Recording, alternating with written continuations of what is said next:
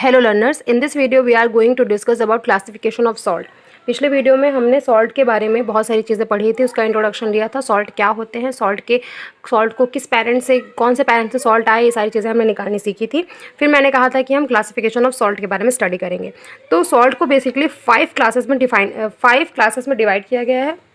Normal salt, मैं यहाँ लिख देती हूँ, नॉर्मल सॉल्ट, ओके।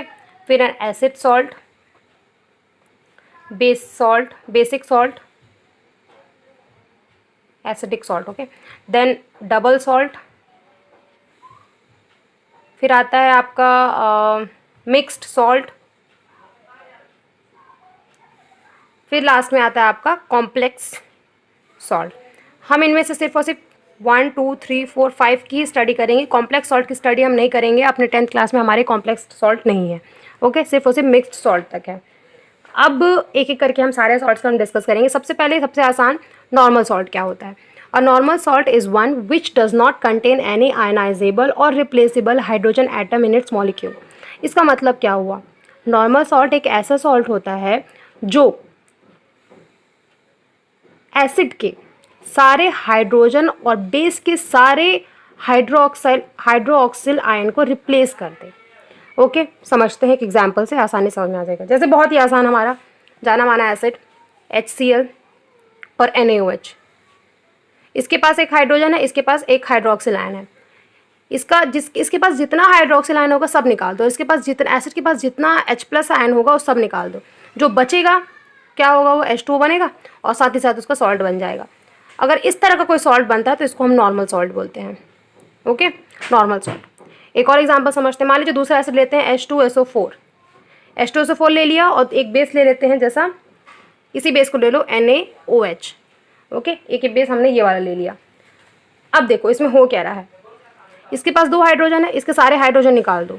जिसके पास एक हाइड्रोक्सिल आयन है, इसके सारे हाइड्रोक्सिल आयन निकाल दो। सब निकाल दोगे तो क्या बनेगा, H2O पानी निकलेगा ही निकलेगा और साथ ही साथ क्या बनेगा, ये वाला और इसके बीच में बॉन्डिंग बन जाएगी Na2SO4। अब इसको पहचानने का तरीका कैसे, मान लीजिए आपके सामने कोई सॉल्ट दे देगा और बोलेगा ये नॉर्मल सॉल्ट है कि कोई और सॉल्ट है। तो इस सॉल्ट में आप ध्यान से देखोगे, अगर इस सॉल्ट में अगर आपको कहीं H या OH दिखाई दे तब ये नॉर्मल सॉल्ट नहीं होगा, क्योंकि जो नॉर्मल सॉल्ट होता है उसमें हाइड्रोजन आयन और हाइड्रोक्सिल आयन पूरी तरह से निकाल दिया जाता है रिएक्शन के स्टार्टिंग में। यही होता है नॉर्मल सॉल्ट। एक भी does not contain any ionisable और replaceable hydrogen atom in its molecule. एक भी हाइड्रोजन एटम नहीं रहना चाहिए, ये नॉर्मल सॉल्ट कहलाता है। अब मान लो मैं आपके सामने एग्जांपल रखती हूँ H3PO4, ये भी एक एसिड है, ओके, हाइड्रोजन फॉस्फेट। और उसके बाद मैंने आपके सामने एक और बेस रख दिया OH2। अब देखिए इसके पास 3 हाइड्रोजन आयन है और इसके पास 2 हाइड्रोक्सिल आयन है। आप ये सब निकालना पड़ेगा, सबका सब निकालना पड़ेगा। अगर एक भी बचा तो ये नॉर्मल सॉल्ट नहीं कहलाएगा। इसके रिएक्शन में अंत में क्या बनेगा, पहली बात तो 3 वाटर के मॉलिक्यूल्स बने। कैसे बनेगा ये आप बैलेंस करके देख लेंगे। और लास्ट में क्या सॉल्ट बनेगा, CaPO4 का होल ट्वाइस। अब देखिए इस सॉल्ट को ध्यान से देखिए, इसमें ना कोई आपको हाइड्रोजन आयन दिख रहा है, ना ही आपको हाइड्रोक्सिल आयन दिख रहा है। तो ये कौन सा सॉल्ट कहलाएगा, नॉर्मल सॉल्ट। तो इस तरीके से आप पहचान सकते हैं कि नॉर्मल सॉल्ट कौन सा है और दूसरा सॉल्ट कौन सा है, ओके। अगर एक भी इसमें हाइड्रोक्सिल आयन रह जाता, मान लीजिए अगर 3 की जगह सिर्फ 2 ही हाइड्रोजन देता, तो इसके पास इस सॉल्ट में आपको एक हाइड्रोजन जरूर दिखाई देता, लेकिन इसमें एक भी हाइड्रोजन दिखाई नहीं दे रहा, मतलब ये नॉर्मल सॉल्ट है, ओके। तो इस तरह से आपको पता करना है कि नॉर्मल सॉल्ट क्या होते हैं। अब नेक्स्ट आता है acidic salt. What is acidic salt? Acidic salt, these salt are formed by partial replacement of replaceable hydrogen ion of an acid.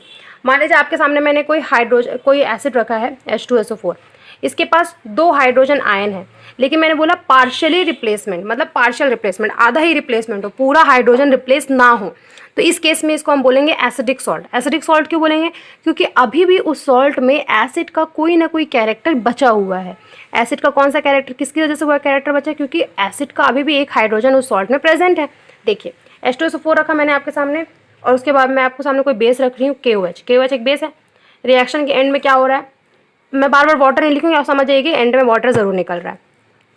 कौन सा एसिड बनेगा, कैसा सॉल्ट बनेगा, KHSO4।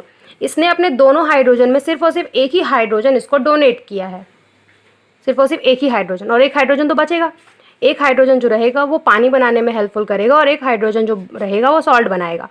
तो देखिए इस एसिड इस सॉल्ट में आप देख सकते हैं कि एक हाइड्रोजन अभी बचा है, तो इसको हम क्या बोलेंगे, एसिडिक सॉल्ट, एसिडिक सॉल्ट। समझ आया, ये हुआ।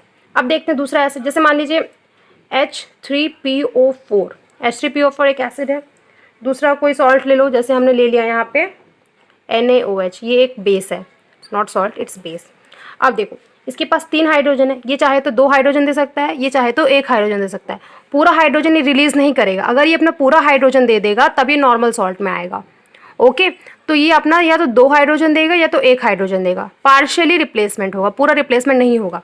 तो मान लीजिए इसमें से अगर इसने 1 हाइड्रोजन निकाला तो क्या बनेगा, NaHPO4, ये बन सकता है।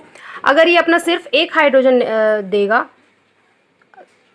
तो NaOH। ओके, अब मान लीजिए पहले इसने कितने दिए, आपने दोनों हाइड्रोजन डोनेट कर दिया, तभी तो देखो इसमें पहले कितने हाइड्रोजन था, 3 हाइड्रोजन था। इसने अपना दोनों हाइड्रोजन डोनेट कर दिया, किसको दे दिया, H2O को दे दिया, पानी को दे दिया। अब इसका 1 हाइड्रोजन बचा, इसका 1 हाइड्रोजन यहाँ आ गया। ओके, अब ये क्या करेगा, अपना सिर्फ और सिर्फ 1 हाइड्रोजन देगा, तो 2 हाइड्रोजन इसके पास रह जाएगा, मतलब H2PO4। अब यहाँ पे 2 हाइड्रोजन आयन है। तो सॉल्ट में अगर हाइड्रोजन आयन आपको दिख रहा है, अगर कहीं उस सॉल्ट में अगर आपको कहीं हाइड्रोजन दिख रहा है तो आप समझ जाएंगे कि ये एसिडिक सॉल्ट है। ओके, तो ये हुआ एसिडिक सॉल्ट के बारे में। अच्छा, आपसे एक क्वेश्चन आ रहा है इसके वजह से, आप खुद से सोच के बताइएगा, क्या HCl कोई एसिडिक सॉल्ट बना सकता है? क्या HCl एसिडिक सॉल्ट बनाएगा कि नहीं बनाएगा? आप खुद से सोच के देखिए, वीडियो को पॉज करिए, सोचिए, फिर मुझे बताइए। ओके, देखिए अगर इस HCl के पास सिर्फ और सिर्फ 1 हाइड्रोजन आयन है, इस HCl के पास सिर्फ और सिर्फ 1 ही हाइड्रोजन आयन है, अगर ये अपना हाइड्रोजन आयन किसी को देता है तो इसके पास अब एक भी हाइड्रोजन नहीं रह पाएगा, मतलब इसमें पार्शियल रिप्लेसमेंट होगा ही नहीं, होगा ही नहीं, बिल्कुल भी। क्यों नहीं होगा? क्योंकि एक ही तो बचा है। अगर वो एक ही पानी को बनाने, जैसे ये एक अपना हाइड्रोजन कहाँ डोनेट करेगा, पानी बनाने में हेल्प करेगा, H2O, क्योंकि H2O का निकलना ज़रूरी है। पानी निकला, अब इसके पास एक भी हाइड्रोजन नहीं है जो वो सॉल्ट को दे सके, इसलिए कभी भी HCl HNO3 ऐसा एसिड जिसमें सिर्फ और सिर्फ 1 हाइड्रोजन आयन प्रेजेंट है, वो कभी भी एसिडिक सॉल्ट नहीं बना सकता। समझ में आई बात? तो ये बहुत ही आसान है, normal salt, acidic salt. Now next is basic salt. अब नेक्स्ट आता है basic salt. What is basic salt? A salt formed by partial replacement of base by an acid. जैसा कि हमने देखा था एसिडिक सॉल्ट में पार्शियल रिप्लेसमेंट ऑफ हाइड्रोजन होता है, वैसे ही बेसिक सॉल्ट में partial replacement of hydroxyl ion होता है। अब इसका एग्जांपल देख लो, बस जैसे एसिडिक सॉल्ट था वैसा ये भी है, कुछ नया बात नहीं है, कुछ खास बात नहीं है, ठीक है ना। देखो कैसे, मान लीजिए मैंने आपके सामने एग्जांपल रखा है PbOH का होल ट्वाइस, ये एक बेस है। ओके, ये एक बेस है। अब इसका एक एसिड के साथ रिएक्ट करा दो। अब इसके पास 2 हाइड्रोक्सिल आयन है, ये क्या करेगा, पार्शियल रिप्लेसमेंट, मतलब सिर्फ और सिर्फ 1 देगा, क्योंकि इसके पास 2 ही है, 1 ही देगा। तो मान लो अगर ये 1 देगा तो Pb क्या बनेगा, PbOHCl। Okay, lead hydroxyl chloride salt. समझ में आया? तो इसने अपना 1 हाइड्रोजन, जो इसका जो एक OH था और इसका जो H था, वो मिलके क्या बना लिए, H2O बना लिए। अब बचा क्या क्या, एक Pb बचा, एक हाइड्रोक्सिल आयन बचा और एक क्लोरीन बचा। ये सारे लोग मिलके आपस में एक सॉल्ट बना लेंगे, सॉल्ट। समझ में आया? ये हुआ। एक और एग्जांपल देख लो, CuOH का होल ट्वाइस। अब इसका एक रिएक्शन करा दो। ओके, H2SO4 के साथ मान लो हमने रिएक्ट करा दिया, तो इसका एक हाइड्रोजन, इसका एक हाइड्रोक्सिल आयन और इसका एक इसका एक हाइड्रोजन आयन निकल जाएगा। मान लो दोनों हाइड्रोक्सिल आयन निकल गए, H2 प्लस निकल गए, ठीक है ना। तो ये लोग मिलके अपना पानी बना लेंगे और बचेगा क्या, कॉपर बचेगा, OH बचेगा, ओके, और SO4 बचेगा, copper hydroxyl sulphate ion, sulphate salt. समझ आया? तो इस तरह से आप बेसिक सॉल्ट बना सकते हैं। अब नेक्स्ट आता है double salt. Double salt simple समझते हैं। डबल सॉल्ट को पहचानने का तरीका क्या है, आप जब भी आपके सामने कोई डबल सॉल्ट रखेगा उसमें कहीं ना कहीं आपको डॉट ज़रूर दिखाई देगा। क्या दिखाई देगा? डॉट। ये पहचानने का एक तरीका है, अगर डॉट दिखा मतलब वो डबल सॉल्ट है। अब डबल सॉल्ट बनता कैसे है, 2 सॉल्ट के मिलने से अगर कोई एक सॉल्ट बनता है तो उसे हम डबल सॉल्ट बोलते हैं, ठीक है ना। इसमें 2 सॉल्ट मिलकर एक सॉल्ट बनाते हैं। जैसे एग्जांपल देखते हैं, मैं आपके सामने कुछ एग्जांपल रखती हूँ। जैसे एक एग्जांपल मान लो डोलोमाइट। डोलोमाइट ये एक डबल सॉल्ट है। इसका फॉर्मूला कैसे बनेगा, एक रहा कैल्शियम कार्बोनेट, ये एक सॉल्ट हो गया, और एक है मैग्नीशियम कार्बोनेट, ये दूसरा सॉल्ट। ये दो सॉल्ट मिलके एक सॉल्ट बना रहे हैं, इसको हम इसलिए इसको हम डबल सॉल्ट बोल रहे हैं। इसका नाम क्या है? डोलोमाइट।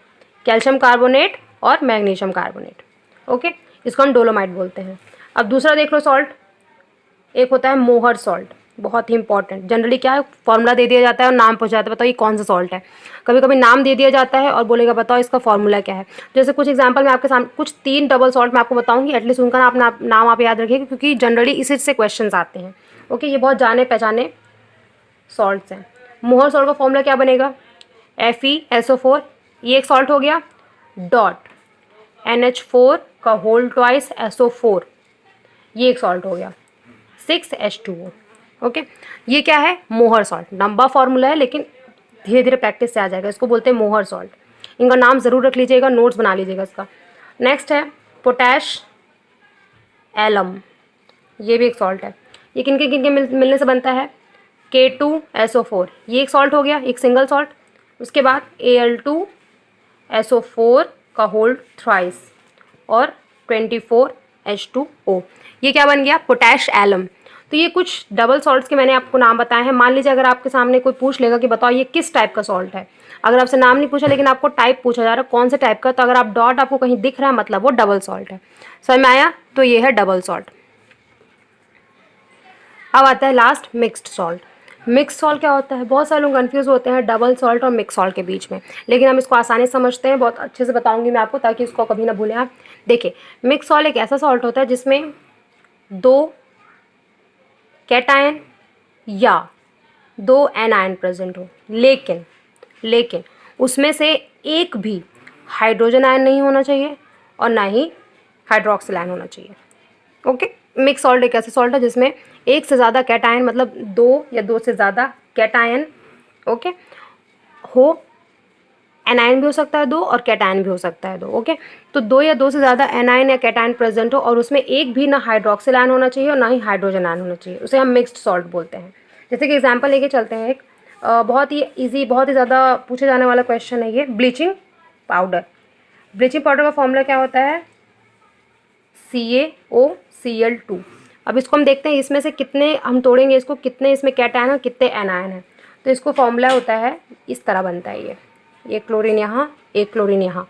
ओके, ये जो होगा ये कैटायन होगा और ये होगा, ये एक एनायन होगा और ये दूसरा एनायन होगा। ठीक है ना? तो यस, ये एक रूल को फॉलो कर रहा है कि इसमें एक से ज़्यादा एनायन है, एक कैटायन है, लेकिन इसमें एक भी आपको हाइड्रोक्सिल आयन या हाइड्रोजन आयन नहीं दिखाई दे रहा है, मतलब ये एक मिक्स्ड सॉल्ट है।